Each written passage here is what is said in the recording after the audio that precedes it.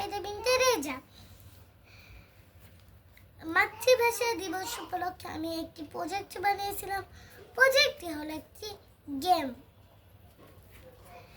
ওই প্রজেক্টটির নাম বাংলা ভাষা প্রাণের ভাষা। আমি ওই প্রজেক্টটি বানিয়ে ড্রিমার্স একাডেমিতে জমা দিয়েছিলাম। তারা দেখেছে এবং আমার ওই প্রজেক্টটি ফাইনালিস্ট হিসাবে গ্রহণ করেছে।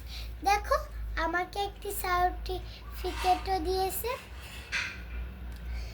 Achievement certificate S A finalist.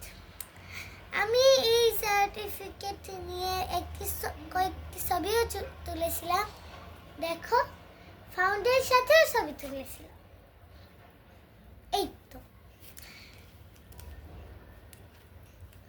তারপরে গ্রুপ ফটোতেও ছিলাম আমি। দেখো, এই তো আমি। Please enjoy the game.